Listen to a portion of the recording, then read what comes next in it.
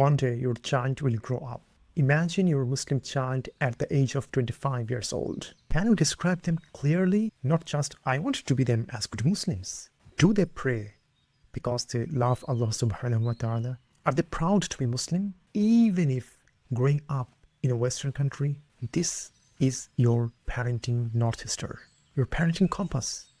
In this video, I'll help you build it using 3 simple exercises. I have put in a free workbook. Download it from the description below. Assalamu alaikum. If you are new here, I'm Junaid, a certified parenting educator helping Muslim parents in the Western countries raise children without shouting or punishing, using research-based tools aligned with our Islamic values, inshallah. Let's get started with the first exercise. The first exercise is that meet your 25-year-old child. There's the dream version of your child. Here, you will write the dream version of your child. What do you want to see in your dream when your child will be at 25 years old? Or that your child is now 25 years old age. What do you want to see in him?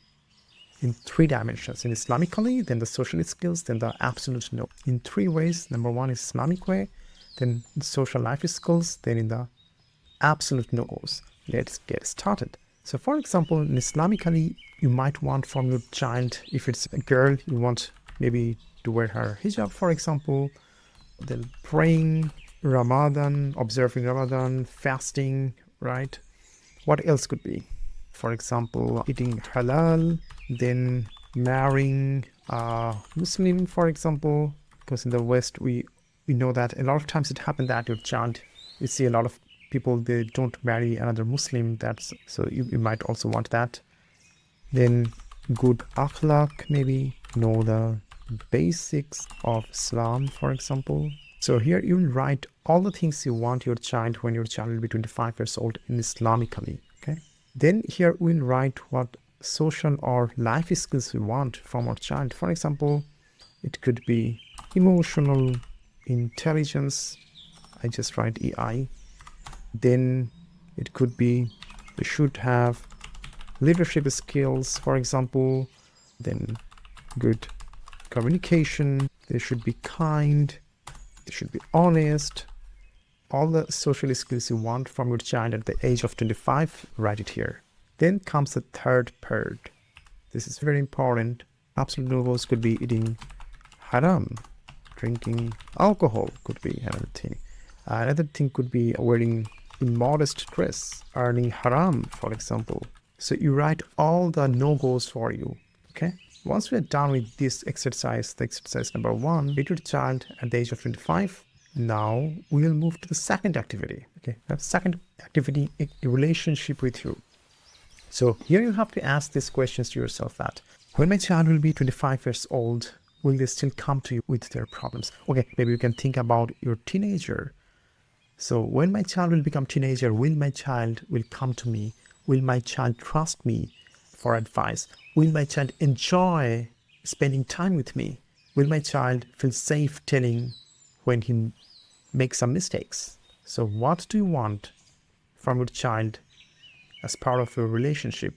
So I write here, for example, for my case, if I think about myself, I want that my child should listen to me, then be responsible for the family, come to me with his problem. That means I am the lifetime mentor, guide, and coach.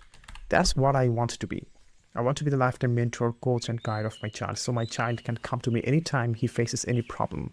I think it should be one of the goals of all of us, the parents, that our child should have that relationship with us, inshallah. Now we'll move to the exercise number 3. A reality check, today's version, today's challenges we're facing. So here, again, you will write in 3 different categories what challenges you are facing today with your child. We have dreamed up on the 25 years old version.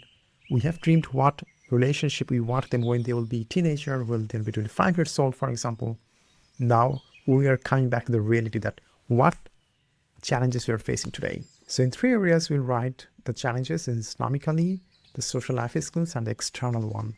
I'll give you an example. For example, maybe in Islamically, we're facing the problem. A lot of parents of 8 years, 9 years old daughters tell me that, oh, my daughter doesn't want to wear hijab. My daughter even doesn't want to wear modest dressed, for example, The challenges you are facing Islamically is that, for example, no modest dress. Some parents tell me that, oh, my child doesn't want to pray, so no praying. Some people tell me that they don't want to follow Islam, so not following Islam. That's another problem.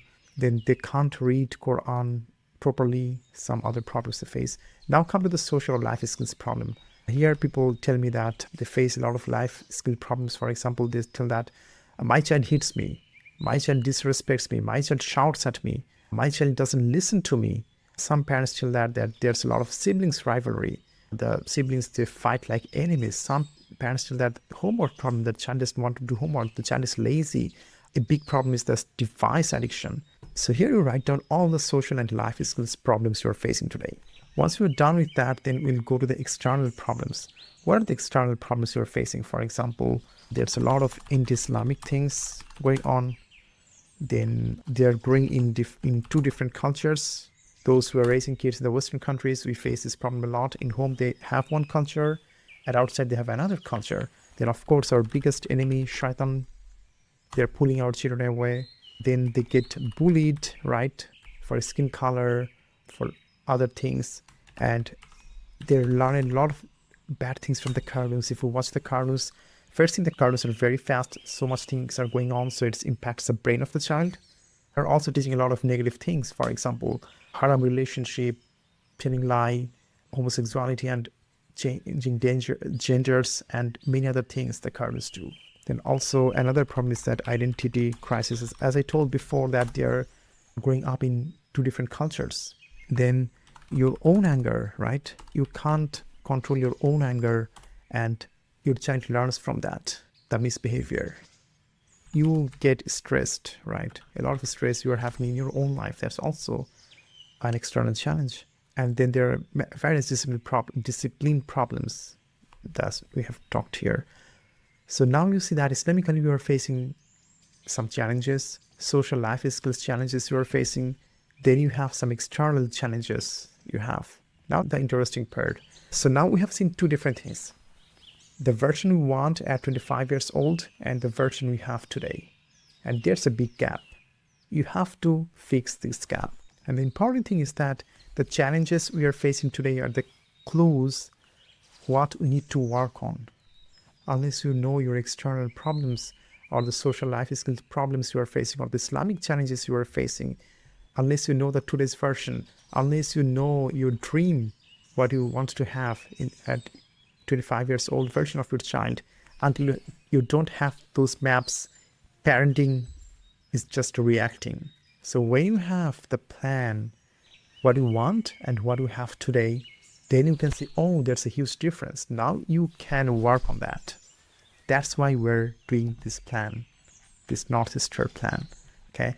Another good thing is that the challenges are the clues, right?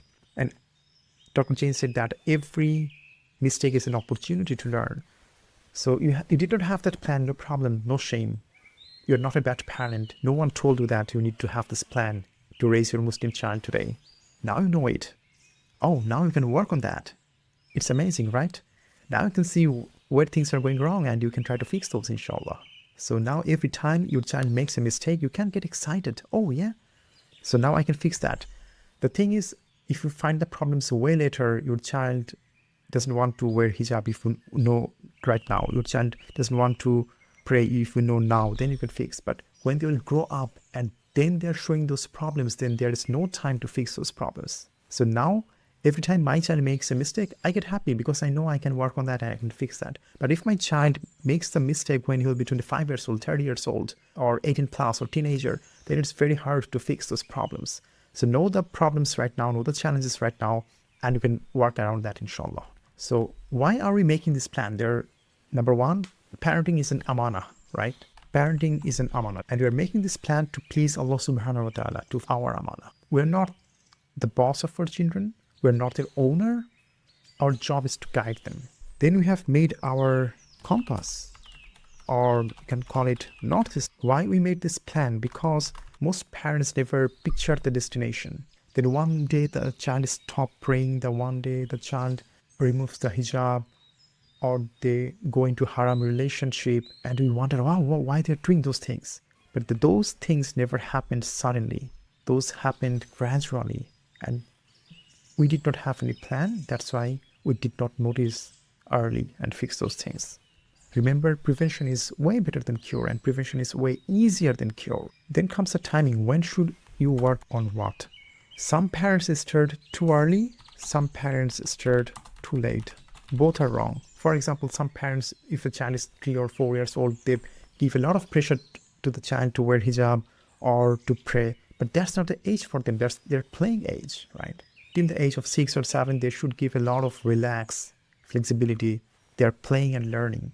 Some parents are too late.